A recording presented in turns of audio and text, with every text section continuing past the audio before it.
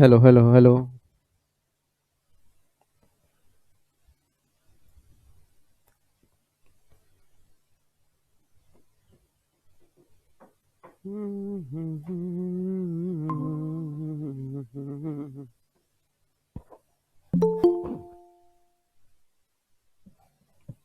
Hello hello hello.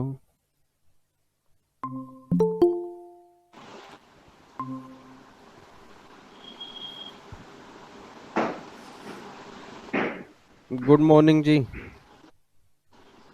Good morning sir. Akash, हाँ जी sir. तुम कैसे अब यहाँ पे? सर बस आ गया। अच्छा,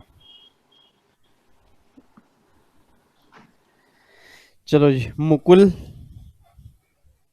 यस सर। क्या हाल चाल है? Good morning sir. Good morning जी। चलो बताओ, डाउट्स कोई? सर एक डाउट था सर। दिसंबर 2018 का आईसीएसआई का पेपर था, उसमें कस्टम का एक क्वेश्चन आ रखा था। अच्छा सर उसको मैं शॉर्ट में बता देता हूँ आपको। एक इंपोर्टर है, उसने दो कंसाइनमेंट इथाइल अल्कोहल के इंपोर्ट करे, अच्छा। जिसको उसने बोला कि उसको लाइसेंस प्रोड्यूस करना है 1 महीने के अंदर अंदर। लाइक अभी वो क्लियर तो कर सकता है, बट 1 महीने का उससे लाइसेंस प्रोड्यूस करना है। उसने कंजम उसने जो भी इंपोर्ट करता वो क्लियर तो कर लिया, बट लाइसेंस प्रोड्यूस नहीं करा 1 महीने के अंदर अंदर। इसके कारण उसके खिलाफ प्रोसीडिंग स्टार्ट हो गई और कन्फिस्केट हो गए उसके गुड्स जो थे, और उसके ऊपर पेनल्टी भी लग गई। अब ये पूछा जा रहा है कि ये जो डिपार्टमेंट ने जो डिसीजन लिया, ये जो पेनल्टी लगाई और ये कन्फिस्केट करे गुड्स, क्या ये ठीक था या नहीं था? 1 महीने के अंदर क्या करना था उसको? सर लाइसेंस प्रोड्यूस करना था, अच्छा, पर वो ठीक कर है। नहीं पाया लाइसेंस प्रोड्यूस। तो डिपार्टमेंट ने क्या किया है? Sir extension. डिपार्टमेंट ने एक्स कन्फिस्केट कर एक्स दिया उसके। एक्सटेंशन तो नहीं मिला उसको? सर नहीं, कोई एक्सटेंशन नहीं है। हाँ, तो उस केस में पेनल्टी लगेगी फिर। पेनल्टी लग जाएगी और कन्फिस्केट भी हो जाएंगे गुड्स। गुड्स कॉन्फिस्केट होने से पहले शोकॉज नोटिस जाएगा, उसके बाद कॉन्फिस्केट होंगे। ठीक है सर, ओके सर। और सर ये दूसरा क्वेश्चन था सर, आपने क्वेश्चन कराया था आईसीएसआई का। हाँ। सर उसमें एक क्वेश्चन आ रखा था डिविडेंड वाला, जिसमें 20.555% वाला रेट है। सर उसमें ग्रोसिंग करके हमेशा दिखाना पड़ेगा, डायरेक्ट नहीं कर सकते 20.555%?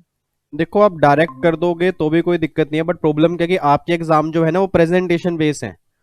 तो अगर पूरी प्रेजेंटेशन स्टार्टिंग से शो नहीं करोगे ना, तो इंस्टीट्यूट में भी आपके नंबर काट सकता है। मैं ये नहीं कह रहा कि वो नंबर काटेगा ही काटेगा, बट बेटर ये है कि उसको पूरा प्रेजेंटेशन के साथ शो कर दोगे। टाइम हमारे पास है। हाँ, अगर टाइम नहीं है फिर आप डायरेक्ट कर दोगे तो भी कोई दिक्कत नहीं है। Okay sir. और सर ये तीसरा था sir, section 44A maintenance of accounts PGBP में। हम्म।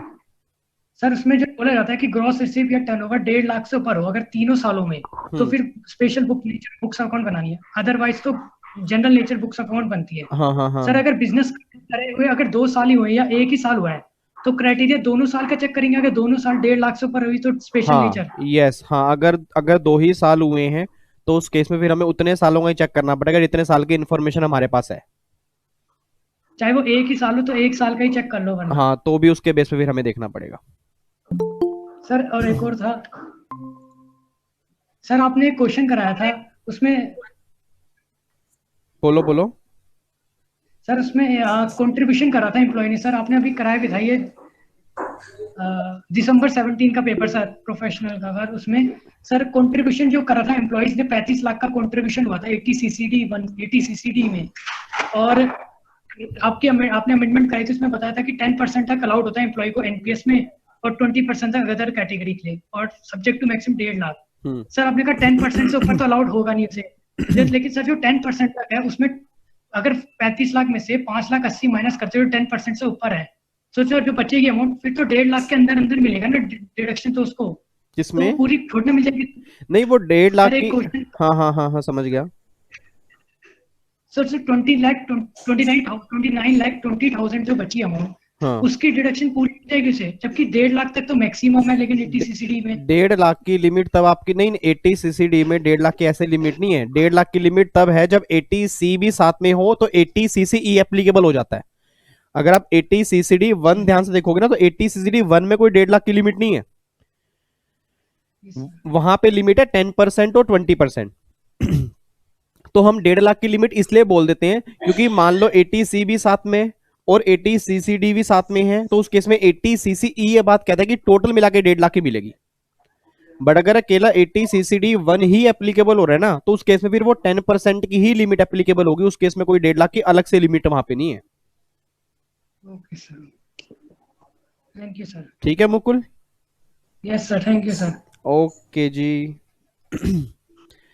चलो जी, और बताओ डाउट।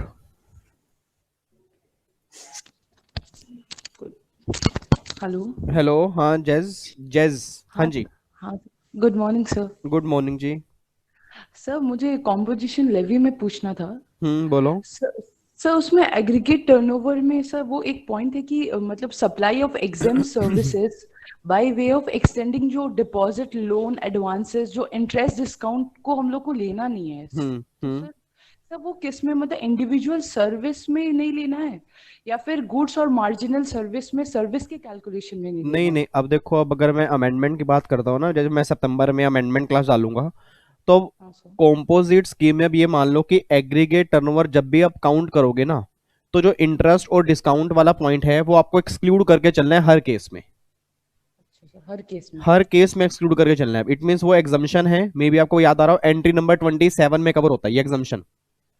हाँ सर। ठीक है, जो आपकी एग्जम्पशन लिस्ट है ना, हाँ सर। हाँ। तो उसमें एक एंट्री नंबर 27 है, इंटरेस्ट और डिस्काउंट और एडवांस वाला पॉइंट। इसको आपने अब एग्रीगेट टर्नओवर में काउंट ही नहीं करना किसी भी केस में, अच्छा, मतलब वो लेना ही नहीं है हम लोग वो को सर लेना ही वो? नहीं है। अच्छा सर, ठीक है सर। सर यही डाउट था और एक और डाउट है सर। सर इसमें मतलब सर वो जो गुड्स और मार्जिनल सर्विस जो साथ में रहता है सर, हम्म तो उसमें सर्विस का वो जो 10% ऑफ टर्नओवर और 5 लाख वाला विच एवर इज हायर हम लोग देखते हैं, हम्म तो सर वो सिर्फ सर्विस कितना हम लोग दे सकते हैं उसके लिए वो देखा यस जाता है? यस यस, मतलब सर्विस हम करंट ईयर में कितनी मैक्सिमम दे सकते हैं उसकी वो लिमिट है। अच्छा सर। सो सर उसमें सर गुड्स का कुछ नहीं देखना है, सिर्फ नहीं इतना नहीं, देखना है कि गुड। गुड्स क्या, तो देखो गुड्स का तो 150 लाख की लिमिट है ही है ना। मतलब हाँ जैसे वो तो। मेरी पिछले साल की टर्नओवर है, तो गवर्नमेंट कहती है करंट ईयर में 150 लाख तक की तुम सप्लाई कर सकते हो। बट अगर तुम साथ में सर्विस भी देना चाहते हो, तो सर्विस की मैक्सिमम लिमिट क्या होगी, टर्नओवर का 10% और 5 लाख विच एवरेज हायर। ठीक है, तो मतलब जो ये अमाउंट निकल के आएगा, ये सर्विस की लिमिट निकल के आ रही है। मतलब हाँ मैक्सिमम सर। मैं इस साल इतनी सर्विस दे सकता हूँ। बट इसको और जो गुड्स वाला है, इन दोनों को मिलाकर 150 लाख से ऊपर नहीं होनी चाहिए, बस ये बात ध्यान देना। अच्छा सर। सर वो सर्विस की होती है तो मतलब सर दोनों को ऐड करके सर हम लोग को देखना है कि मतलब 150 लाख से ज्यादा नहीं होनी चाहिए। Yes yes yes yes yes yes, बिल्कुल। अच्छा सर। सर एक और है सर, ई वे बिल में सर मतलब रजिस्टर्ड तो जरूरी नहीं होता है ना सर, अनरजिस्टर्ड भी इसको जनरेट कर सकता है पैन हाँ, और सर वो अपने आधार ये कार्ड बिल्कुल वगैरह? बिल्कुल बिल्कुल बिल्कुल, ई वे बिल में ऐसा कोई जरूरी नहीं है कि रजिस्ट्रेशन करवाना कंपलसरी है या आपका रजिस्ट्रेशन हो ही हो, तो आपका पैन, आपका पास पैन नंबर है, उसके अकॉर्डिंग आप जनरेट कर सकते हो, क्योंकि ई वे बिल के अंदर गुड्स के मूवमेंट की बात की गई है, सप्लाई की बात नहीं की गई फिर। Yes sir. हम्म और सर एक क्वेश्चन था कि सर मतलब एक एक्स है वो मतलब गुड्स बेच रहा है हम्म और सर इंटीरियर डेकोरेटर का मतलब वो काम कर रहा है, और सर कॉम्पोजिशन स्कीम में उसका फाइनेंशियल ईयर में टर्नओवर है 80 लाख, ठीक है। और सर मतलब एक्सपेक्टेड है कि 1920 में 130 हो जाएगा। अच्छा, तो सर मतलब कॉम्पोजिशन लेवल में तो प्रीवियस ईयर का हम लोग देखते हैं टर्नओवर, तो इस साल वो ले सकता है कि नहीं? हाँ ले सकता है। तो सर मतलब यहाँ फाइनेंशियल ईयर 18-19 का ही देखना है सर, 80 लाख मतलब जिसका पूछा है उसी का टर्नओवर देखना है क्योंकि प्रीवियस का तो नहीं दिया हुआ है। नहीं प्रीवियस, नहीं नहीं नहीं, प्रीवियस का नहीं दिया, इट मींस प्रीवियस तो जीरो ही हो गया ना। हाँ तो 0 तो 150 तो हाँ, तो उस केस में इस कम साल है। स्कीम ले पाएगा और अगले साल भी ले पाएगा इवन, क्योंकि इस साल 80 लाख है। हाँ सर। और सर इसी क्वेश्चन में था कि उसका एक सन है जो बिजनेस को ज्वाइन करना चाहता है सर्विस के रिलेटेड, हम्म तो सर उसका मतलब तो फिर इसका सेपरेट होगा सर, गुड्स एंड सर्विसेज मिला के उसके सन का देखा जाएगा सर? अगर वो अगर इसी बिजनेस में ज्वाइन करना चाहता है और साथ में सर्विस देना चाहता है, वो सर्विस देना चाहता है सर। हाँ, तो अगर वो ठीक साथ है। में, अगर वो इसके साथ में सर्विस देना चाहता है, फिर तो वो 10% की लिमिट एप्लीकेबल हो जाएगी। हाँ सर। और और सर अगर वो, इसकी अगर वो अलग से सर्विस देना चाहता है, तो फिर वो उसको अलग से रजिस्ट्रेशन करवाना पड़ेगा, उस फिर केस में फिर वो 50 लाख की लिमिट एप्लीकेबल हो जाएगी। ये सर। सर इसमें मतलब सर सन का मतलब सेपरेट देखना है सर, टर्नओवर का जो लिमिट होता है सर कि वो नहीं नहीं नहीं नहीं, मतलब प्रीवियस। ना ना ना ना, अगर वो सेम पेन के अंदर आ रहा है फिर वो एग्रीगेट देखना है, अगर वो डिफरेंट पेन के अंदर आ रहा है फिर तो बिजनेस ही अलग अलग हुआ है। तो मतलब सर ये मेंशन नहीं किया हुआ है ऐसा क्वेश्चन वो में। फिर हमें एज्यूम करना है कि वो सेम पेन के अंदर ही आ रहा है, तो फिर हमें एग्रीगेट देखना पड़ेगा। अच्छा सर फिर एग्रीगेट देना पड़ेगा, मतलब इसका तो सन का तो सो ये कुछ दिया हुआ ही नहीं है, जीरो दिया हुआ है, मतलब ये तो नया ही ज्वाइन कर रहे हैं सर। हाँ, तो अगर नया ज्वाइन कर रहा है तो हम ये एज्यूम करके चलेंगे वो सेम पेन में ही ज्वाइन कर रहा है, मतलब इसी के अंदर ज्वाइन कर रहा है, तो लिमिट टोटल काउंट होगी। अगर आप ये भी एज्यूम करके आते हो कि वो डिफरेंट पेन में डिफरेंट करवाएगा, तो ना फिर आपको एजम्पशन में लिख के आना पड़ेगा। ठीक है, आप ये मत सोचना कि इंस्टीट्यूट क्या एजम्पशन लेगा, क्योंकि मे बी अगर आपको पता हो, जब मैं स्टूडेंट दरबार में क्वेश्चन करवाता हूँ तो आपके आईसीएसआई ने खुद कई आंसर में कई सारे ऑल्टरनेट यूज किए हुए हैं। ठीक है ना, क्योंकि हमारे एग्जाम गोले भरने वाले तो है नहीं कि हाँ भाई चलो गोला भरना है तो हमें समझ नहीं आ रहा है एजम्पशन कौन सी ले, तो वो तो इंस्टीट्यूट कहता है भैया जो भी एजम्पशन लिख के आओगे लॉजिकल लिख के आना, और साथ में लिख के आना कि तुमने क्या एज्यूम किया है, तो उसके बेस पे ही फिर वो आपको आंसर लिख के आना है। सर जो एज्यूम करेंगे वो सर नोट में हम लोग को मेंशन करना है हाँ, सर वो कि ये वर्किंग assume है। वर्किंग नोट्स के अंदर आपको मेंशन करना पड़ेगा, बिल्कुल। Okay sir. सर एक और चीज पूछना है सर कि ईवे बिल में जो आपने सिर्फ रूल्स सर हम लोग को करवाए कि ये रूल देख लेना है, तो सर सिर्फ फॉर्म नंबर देखना है कि सर पूरा रूल भी सर एक बार। देखो, रूल नंबर जो 138 ईवी बिल के अंदर इतना मैंने प्रोविजन लिखवाया है, एक तो वो आपको करना ही करना है, और साथ में फॉर्म नंबर भी आपको ना 2-3 फॉर्म नंबर याद होने जरूरी है, क्योंकि देखो ईवी बिल का क्वेश्चन ये तो है कि कंफर्म आपके एग्जाम में बन सकता है, जो चांसेस मुझे पूरे पूरे लग रहे हैं। तो अगर वो फॉर्म नंबर की बात करता है तो आपको फॉर्म नंबर ये हो कि हाँ भाई देखो टोटल मिला के ईवी बिल के अंदर 4 से 5 फॉर्म नंबर है बस। हाँ सर। ठीक है, ज्यादा फॉर्म नंबर तो है नहीं, तो वो कोशिश करो कि 4 या 5 फॉर्म नंबर याद हो जाए, तो बेटर है कि आपको नंबर थोड़े पूरे मिल जाएंगे। अगर फॉर्म नंबर याद नहीं आ रहा तो गलत मत लिख के आना, चाहे वो लिख के मत आना, बट गलती से भी गलत मत लिख के आना बस। Okay sir. और सर एक और चीज सर, प्रेजेंटेशन जब हम लोग करते हैं, जैसे सर एक कॉम्पोजिशन लेवल का क्वेश्चन हुआ सर, तो सर मतलब अगर 150 लाख टर्नओवर के ऊपर अगर मतलब देखना है कि है कि नहीं, तो सर ये पूरा मतलब सेक्शन 10 सीजीएसटी और 9394 नहीं होता है, सर पूरा लिखना है कि सिर्फ रेलिवेंट सर नहीं की। नहीं नहीं नहीं नहीं नहीं नहीं। अगर वो सिर्फ टर्नओवर की बात कर रहा है तो हमें सिर्फ वहां पे कोई प्रोविजन पूरा नहीं लिख के आना, हमें सिर्फ एग्रीगेट टर्नओवर की डेफिनेशन लिख के आनी है जो सेक्शन 26 के अंदर है, और एग्रीगेट टर्नओवर की कैलकुलेशन लिख के आनी है जो टेबल फॉर्म में हम बनाएंगे। हम पूरा आंसर प्रेजेंट करके नहीं आएंगे, मतलब क्योंकि अगर हम पूरा प्रोविजन लिखने बैठ गए तो हमें कम से कम भी ये लगा लो 20 मिनट लग जाएंगे प्रोविजन लिखने में। हाँ सर वो तो लग जाएंगे। तो और हमें सर सिर्फ सर एग्रीगेट ये जो टर्नओवर की डेफिनेशन और उसको क्वेश्चन को प्रेजेंट करके आना है। Okay sir. सर ये जो आपने बताया कि एग्रीगेट टर्नओवर वाला, वो तो सर प्रैक्टिकल बेस्ड होगा, हाँ तब वो शो करना है सर। ऐसे भी अगर जो पूछते हैं ना कि मतलब फाइनेंशियल ईयर में ये टर्नओवर है तो इस ईयर वो एप्लीकेबल होगा कि नहीं, उसमें भी सर सिर्फ हाँ वही। हाँ हाँ, नहीं नहीं नहीं नहीं, फिर तो देखो आपको प्रोविजन थोड़ा लिख के आना पड़ेगा। सब प्रोविजन मतलब ये पूरा नॉट विथ स्टैंडिंग नहीं एनीथिंग नहीं नहीं नहीं कंटेन नहीं नहीं नहीं, प्रोविजन पूरा। में सिर्फ ये लिख के आना पड़ेगा कि पिछले साल की टर्नओवर 150 लाख तक होनी चाहिए। ठीक है जी, और उसमें ये नहीं लिख के आना कि सब्जेक्ट टू 9394, वो आप अगर टाइम बचे तो नोट में लिख सकते हो कि सेक्शन 10 जो ओवर रूल करता है, पूरे एक्ट को ओवर रूल करता है एक्सेप्ट सेक्शन 9394, अगर टाइम बचा तो। नहीं तो सिर्फ पिछले साल की टर्नओवर इतनी होनी चाहिए, तो करंट ईयर में इतने तक स्कीम ले सकते हो, और वो एग्रीगेट टर्नओवर अब ये काउंट कैसे होगी उसकी डेफिनेशन साथ में लिखा हो। ठीक है नहीं, और उसके बेस पे फिर अपना आंसर दे आओ बस। तो ये नहीं है कि आपको सर पूरा ले लिख के आना वहां पे। सर इसमें ही था कि मतलब सर आईटीसी तो कॉम्पोजिशन लेवी को नहीं मिलता है सर, तो सर इसमें था कि मतलब आईटीसी ले सकता है कि नहीं ले सकता है, तो सर सिंपली लिख देना है कि रजिस्टर्ड पर्सन आईटीसी अवेल नहीं कर सकता। हाँ, एज पर सेक्शन 10 अगर कोई पर्सन ये स्कीम ऑप्ट करता है तो आईटी से वेल नहीं कर सकता। सर इसमें अगर सेक्शन का जो रेफरेंस है वो 17 क्लॉज 5 ब्लॉकेज वाला देना है कि नो सर नो नो सिर्फ नो जो no no composition. No no, 17(5) blockage वाला नहीं दोगे आप, सेक्शन 10 का ही दोगे आप। क्योंकि सर यहाँ सर कॉम्पोजिशन लेवल में भी कंडीशन और रेस्ट्रिक्शन में सर वो दिया हुआ है कि मतलब 17(5) के तहत नहीं नहीं, होगा। वो दिया हुआ है, बट आपको यहाँ पे सेक्शन 17(5) की रेफरेंस टाइम नहीं भी दोगे तो भी कोई फर्क नहीं पड़ता, आप डायरेक्टली सेक्शन 10 की भी रेफरेंस दे दोगे तो सही चल जाएगा। ओके सर, ओके सर, यही सब पूछना था। Thank you so much sir. Okay जी, गॉड ब्लेस यू। चलो जी, और कोई प्रोफेशनल के तो देखो कम ही बच्चे आते हैं डाउट लेने के लिए, अब आपका सेशन मैंने सर अलग रखा है। हाँ जी मुकुल।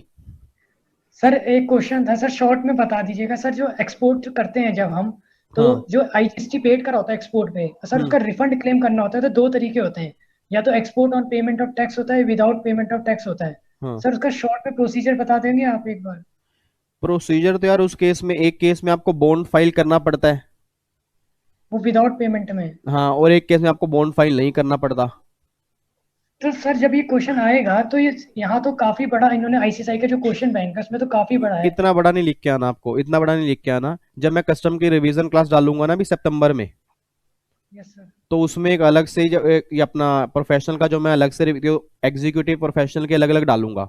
मतलब कुछ लेक्चर तो ऐसे होंगे जो दोनों के सेम होंगे, जो आपके चैप्टर कुछ अलग होंगे प्रोफेशनल के, उसमें अलग से डालूंगा। तो उसमें प्रोसीजर बताऊंगा मैं, सिर्फ उतना ही करके आना है। क्योंकि आईसीएस ने जो लिखा है वो तो पूरा लो ही चेप दिया, वहां पे उन्होंने पूरा लो ही कॉपी कर दिया। बट हमारे एग्जाम में इतना टाइम तो नहीं होगा ना 5 नंबर के लिए, तो हमें तो मेन मेन की पॉइंट प्रोसीजर लिख के आने हैं। तो वो प्रोसीजर किस स्टेप में लिख के आना है फिर मैं आपको रिवीजन क्लास के अंदर बता दूंगा। ओके सर, ठीक है, thank you sir. Yes sir, thank you sir. Okay जी, चलो जी। तो मेरे ख्याल से अब तो कोई सर बचाएगा भी नहीं। हाँ जी, सर एक और चीज पूछना था आपसे सर। हाँ बोलो। सर सर ईवे बिल में सर वो मतलब वो था ना कि मतलब जो सर वन डायमेंशनल और ओवर डायमेंशनल वाला जो था सर, तो सर वो मतलब रेलेवेंट डेट का सर क्या मतलब बुक में था एक रेलेवेंट डेट के ऊपर सर मिडनाइट को वो एक्सपायर होगा सर। नहीं नहीं, वो रेलिवेंट डेट का तो मतलब ये है कि प्रैक्टिकल लाइफ में जो ईवी बिल की हम वैलिडिटी चेक करते हैं ना, वो रात को 12 बजे से लेके अगले दिन के 12 बजे तक चेक करते हैं। जैसे मान लो अब मैंने ईवी बिल अभी काटा, अभी मेरे ख्याल से हमारे 11:45 बज रहे हैं ना, तो मैंने ईवी बिल अभी काटा, तो ईवी बिल की वैलिडिटी अभी से काउंट नहीं होगी, आज रात के 12 बजे से अगले दिन 12 बजे तक काउंट होगी। ठीक है, तो उसको हम रेलिवेंट डेट बोलते हैं कि जिस दिन आपने काटा उसके मिडनाइट से अगले रात के मिडनाइट तक आपके इस तरह से वैलिडिटी काउंट होगी। तो कहने को वो एक दिन है, बट प्रैक्टिकली एक दिन से हमें ज्यादा मिलता है। बट हमें एग्जाम में इतना चेक ही नहीं करते, क्योंकि एग्जाम में ना कभी भी ना आपको ये नहीं लिखा होगा कि ईवे बिल इतने बजे काटा। एग्जाम में तो बस ये लिखा होगा भाई इतने किलोमीटर है, ये ईवे बिल कितने दिन तक वैलिड होगा, बस ये बता दो। तो वो तो फिर हमें नॉर्मल कैलकुलेशन करके आनी है। तो सर इसमें जब हम लोग जब प्रेजेंट करेंगे तो सर वो पूरा बताना पड़ेगा, वो 100 किलोमीटर है तो वन की आपने हाँ जो कॉपी में बताया था ना सर कि वो भी करने से हाँ वो हाँ show हाँ, करने से। वो देखो प्रोविजन तो पूरा लिख के आना पड़ेगा कि हाँ भाई, ऐसा नहीं है कि प्रोविजन सारा लिख के आना है। प्रोविजन अगर वो कह रहा है ओवर डायमेंशनल कार्गो, तो सिर्फ ओवर डायमेंशनल कार्गो का प्रोविजन क्या है वो लिख के आओगे। अगर वो कह रहे हैं नॉर्मल कार्गो, तो नॉर्मल कार्गो का प्रोविजन क्या है वो लिख के आओगे, कंप्लीट प्रोविजन नहीं। ठीक है ना, तो जो उसने बोला क्वेश्चन उसका प्रोविजन और उसके बेस पे फिर हमारा आंसर आएगा। तो सर इसमें तो प्रोविजन सर वही होगा कि 100 किलोमीटर है तो वन डे वाला जो पॉइंट होता है यस सर वही यस तो, यस यस यस, वही प्रोविजन होगा बिल्कुल। और उसके बेसिस पे सर आंसर नहीं चलेगा। Yes yes. और सर इसमें ट्रांसशिपमेंट का जो सर केस होता है तो उसमें सर ट्रक चेंज होता है उसी को ट्रांसशिपमेंट बोलते हैं ना हाँ, सर? ट्रांसशिपमेंट को वही, यस यस, अगर आपका कन्वेंस चेंज हो जाएगा उसको हम ट्रांसशिपमेंट बोलते हैं। Okay sir. और सर मतलब जितना भी आपने सर रूल्स मतलब बताया था सर, तो जैसे कि सर मतलब उसके अंदर का भी देखना है सर पूरा कि सर जो रेलेवेंट सर आपने जो फॉर्म नहीं, नंबर और लिमिट जो मैंने क्लास में आपको रूल्स लिखवाया है और जो मैंने फोन नंबर क्लास में बताए हैं, ईवी बिल का बस वही करना है आपको। क्योंकि ना ईवी बिल की अभी कई प्रोविजन या कई नोटिफिकेशन अभी पूरी एप्लीकेबल नहीं है। जैसे अभी जीएसटी के अमेंडमेंट क्लास में आपको बताऊंगा, एक नया रूल अभी इंसर्ट हुआ है ईवी बिल के अंदर। तो जैसे जैसे वो इफेक्टिव होते जा रहे हैं वैसे वैसे वो हमें करने हैं, अदरवाइज जो क्लास में नोटिंग की है आपको फिर वही बेस पे करना है उसके। सर क्योंकि बुक में सर कुछ ज्यादा ही सर ईवे बिल का दे रखा है सर। हाँ, वो बुक में इसलिए है ना क्योंकि बुक के अंदर मैंने पूरा रूल वहां पे चिपका दिया। अब उसके अंदर कुछ पैराग्राफ हैं जो भी प्रैक्टिकल लाइफ में नहीं चल रहे। ठीक है ना, वो जैसे इफेक्टिव के अंदर। जैसे सर रेलवे वगैरह का भी कुछ दिया हुआ है सर कि वो 30 मिनट्स वाला कुछ नहीं, व्हीकल को लेकर वो तो आपको बस, हाँ तो वो आपको नहीं करना, अगर रीड करना है तो कर सकते हो, अदरवाइज जो आपने क्लास में नोटिंग किया वही ठीक है। ओके सर, ठीक है sir, thank you so much sir. Okay जी। सर जीएसटी में compliance rating mechanism and anti profiteering important topic है क्या? एंटी प्रॉफिटरिंग इंपॉर्टेंट है। एंटी प्रॉफिटरिंग में इस बार अमेंडमेंट भी आई है। एंटी प्रॉफिटरिंग क्लोज तो मेरे ख्याल से क्लास में किया भी हुआ है आपने, मेरे ख्याल से रिवीजन क्लास के अंदर ही मैंने डाला था, नॉर्मल रेगुलर बैच के अंदर भी है। एंटी प्रॉफिटरिंग के अंदर क्वेश्चन बन सकता है क्योंकि इस बार अमेंडमेंट भी है। वो मैं कराऊंगा भी सितंबर के फर्स्ट वीक में। आपने अगर नोट्स देखे हो तो एंटी प्रॉफिटरिंग इंपॉर्टेंट है, उसमें से क्वेश्चन बन सकता है।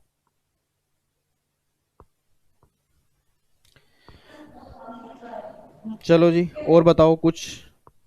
और सर 5 हेड्स का मतलब सर हम लोग को मतलब जैसा आपने बोला था कि एक बार पीजीबीपी कैपिटल गेन और अदर सोर्सेस सर ये 3 तो सर देख ही लेना चाहिए सर। हाँ हाँ हाँ हाँ हाँ, तो सर वो सारी वो क्लासेस सर देखे कि सर मतलब जो आपने मतलब जो अभी आप करवा रहे हो सर देखो मैराथन टाइप का। वो ना आपके ऊपर है, मतलब आपके ऊपर है, आप अपने आप से क्वेश्चन पूछो कि आपको कितने 5 हेड आते हैं। ठीक है ना, मेरे कहने पे मत जाओ कि जैसे मैं बोल रहा हूँ वैसे करो, क्योंकि मैंने तो देखो पूरे डिटेल लेक्चर आपको दे दिए। अब आपको लगता है भाई मेरे 5 हेड क्लियर ही नहीं है और आप रिवीजन क्लास से देख लो तो भी समझ नहीं आएगा, तो फायदा तो ये भी हो गया कि आपने वो जो 19 घंटे की रिवीजन क्लास देखी है, 10 घंटे की रिवीजन क्लास देखी है आपने, वो भी वेस्ट हो गई। तो आप ये देखो, अपने हमसे क्वेश्चन पूछो कि आपको पीजीपीपी कैपिटल गेन कितना आता है, आपको कुछ याद है एग्जीक्यूटिव का, प्रोविजन आपको लगता है कि हाँ आपके क्लियर है, फिर तो आप रिवीजन क्लास पे आ जाओ। बट अगर आपको लगता है कि प्रोविजन ही मेरे क्लियर नहीं है, फिर तो आपको पीजीपी और कैपिटल गेन मेरे अकॉर्डिंग तो आपको फिर जो रेगुलर लेक्चर आए हैं उसके अंदर देखना चाहिए। और सर डिडक्शन का जो चैप्टर है सर वो डीटीडब्ल्यूए में सर यूज होता है ना, मतलब नीचे अगर वो हाँ हाँ हाँ हाँ हाँ हाँ।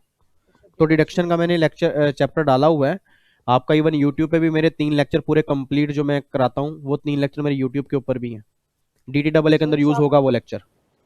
सर आपने क्लास में मतलब वो क्लास में तो दिया है वो डिडक्शन का जो है, हाँ तो तो सर वो देख सकते हो वो वहाँ पे। करना। हाँ। और सर 115 डबल बीए जो सर आपने बताया था, हम्म। सर वो मतलब किस में मतलब दिया हुआ है सर, मतलब एग्जीक्यूटिव के पीजीबीपी में सर हाँ, लास्ट क्लास में दिया हुआ है क्या? एग्जीक्यूटिव के पीजीपी के अंदर दिया हुआ है, लास्ट क्लास के अंदर नहीं, बीच में ही करवाया है मैंने शायद, बीच में ही कराया है। अच्छा, हम्म। Okay sir. सर फिर हाँ वहाँ पे वो दिखे, क्योंकि सर प्रोफेशनल में तो सर वो दिखा नहीं सर, उसे नहीं, शायद हाँ वो एग्जीक्यूटिव। वो इसलिए नहीं क्योंकि मैंने उसके अंदर डाल के दे दिया था वो, अदरवाइज अगर आप को यूट्यूब पे देखना तो जो मैंने अमेंडमेंट क्लास डाली है इनकम टैक्स की उसके अंदर भी है। अच्छा सर, तो फिर वो फिर देखते हैं सर। ठीक है ठीक सर, है, okay sir, thank you so much. हाँ हाँ सर। ओके जी। Hello sir. हाँ जी। सर मैं सर एक जो कस्टम्स के ना न्यूमेरिकल्स कर रहे थे, तो हम्म सर उसमें मैंने एक सीए फाइनल के क्वेश्चंस कर रहा था मैं। हम्म सर उनमें उन्होंने क्या कर रखा है, जो भी ट्रांसपोर्ट चार्जेस हैं, हैंडलिंग चार्जेस हैं, उन सबको ऐड बैक करके एक बारी का पूरा फ्लाइट निकाल रखा है। हम्म जबकि जैसे हम लोग करते थे सर, हम्म जबकि अलग अलग दे रखे हैं उन्होंने, उसमें जो क्वेश्चन दे रखा है हम्म उसमें ट्रांसपोर्ट अलग है, हैंडलिंग अलग है, सब अलग है। हम्म वो भी एक साथ ऐड करके वो सब टोटल कर दे रहे हैं फ्लाइट में ही, और फ्लाइट से टोटल करके निकालते रहे, जिससे वैल्यू ना बदल जा रही है आंसर में। जैसे हम हम्म। लोग करते हैं तो हम अलग अलग करते हैं वो वो। हाँ समझ गया यार, वो सीए के ना अंदर ना, सीए के अंदर ना 2 ऑल्टरनेटिव यूज करते हैं, मतलब जो यस सर। आप करते हो आईसीएसए जो कहता है वो भी वो यूज करते हैं, और जैसे उन्होंने किया वो भी वो यूज करते हैं, जबकि प्रैक्टिकल लाइफ में तो हमें एक ही यूज करना है। तो ऐसा नहीं है कि वो गलत कर रहे हैं, क्योंकि प्रॉब्लम क्या है कि कई बार हमें चार्जेस अलग अलग दिए होते हैं, तो हम उन्होंने क्या कर रखा है, आप अगर उनके आंसर चेक करोगे ना, आप उनके मॉड्यूल में से मत चेक यस करो, सर। जो उनके क्वेश्चन एग्जाम में आ चुके हैं उनके सजेस्टेड आंसर चेक करो। अब उसमें देखना उन्होंने 2 ऑल्टरनेट दिए होंगे, ऑल्टरनेट 1 और ऑल्टरनेट 2। मे भी अगर आपको ध्यान आ रहा हो, जब मैंने कस्टम वैल्यूएशन का यस टॉपिक सर। कराया था ना, तो उसमें यस सर। मैंने मेरे ख्याल से 1-2 क्वेश्चन ऐसे करवाए थे जिसके मैंने कहा था इसके 2 ऑल्टरनेट बनते हैं। ठीक है, यस तो सर। वो 2 ऑल्टरनेट आप मतलब दोनों में से कोई भी आप करोगे ना तो कोई गलत नहीं है। अब वो सीए वाले कुछ अलग करते हैं, ठीक है जी, सीएस वाले कुछ अलग करते हैं, सीए वाले कहते हैं हमारे अकॉर्डिंग दोनों ही सही हैं, और सीएस वाले भी यस सर। कहते हैं कि अगर आपका ये आंसर है इसके अलावा ऑल्टरनेट ए भी बन सकता है। तो ऐसा नहीं है कि आप मतलब ये मत समझो कि वो गलत है, सही दोनों ही है। Okay sir. हाँ। Thank you sir. ओके जी, चलो जी फिर, ठीक है, मेरे ख्याल से अब तो कोई बच्चा आएगा भी नहीं, कम ही आते हैं प्रोफेशन के बच्चे, डांट लगानी पड़ेगी मुझे यूट्यूब पे आके ना दोबारा से, कि वैसे तो बच्चे कहते हैं सर डाउट सेशन कब लोगे, और बच्चे कम आते हैं। चलो कोई बात नहीं, बाकी अब आपके अगर कोई डाउट्स होंगे उसको आप नोट कर लेना, फिर अपना नेक्स्ट वही अपना संडे को दोबारा से डाउट सेशन होगा, तब तक 1 हफ्ते तक अपना जो भी रिवीजन कर रहे हो उसके डाउट्स आप लिखते रहो, और अमेंडमेंट नोट्स मैंने डाली दी हैं, अमेंडमेंट नोट्स को डाउनलोड कर लो। सितंबर के फर्स्ट वीक से अमेंडमेंट क्लासेस आना स्टार्ट हो जाएंगी, side by side amendment classes को देख लेना, और देन फिर कस्टम की रिवीजन क्लास डालूंगा, उससे आपकी कस्टम की रिवीजन भी हो जाएगी। ठीक है, बाकी स्टूडेंट दरबार में हम इनकम टैक्स के भी क्वेश्चन कर ही रहे हैं, इनकम टैक्स के क्वेश्चन अभी खत्म होने वाले हैं, देन फिर हम कस्टम के क्वेश्चन स्टार्ट करेंगे। ठीक है, तो जीएसटी के पहले कर लिए, इनकम टैक्स के हमने अभी कर लिए, और उसके बाद हम कस्टम के करेंगे, तो वो तीनों प्रैक्टिस हमारे अच्छे से हो जाएंगे। ठीक है जी, चलो जी, फिर बाकी मुलाकात करते हैं नेक्स्ट सेशन में, सेम टाइम सेम जगह। ओके जी, bye bye, tata, thank you. लो जी, एक बच्चा अब आ रहा है नालायक, राम अवतार, राम अवतार, यस सर। इतनी लेट क्यों आए यस हो? अभी तो हम सेशन क्लोज करने लगे थे। डाउट है कोई? सर, वो थोड़ा काम था इसलिए आ नहीं पाया, बारिश ज्यादा हो रही थी। अच्छा, डाउट है कोई? इधर ऐसे सुनने के लिए आया था मैं। आपकी आवाज कट रही है,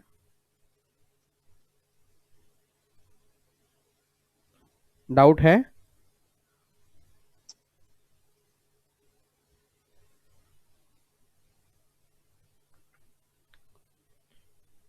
हेलो,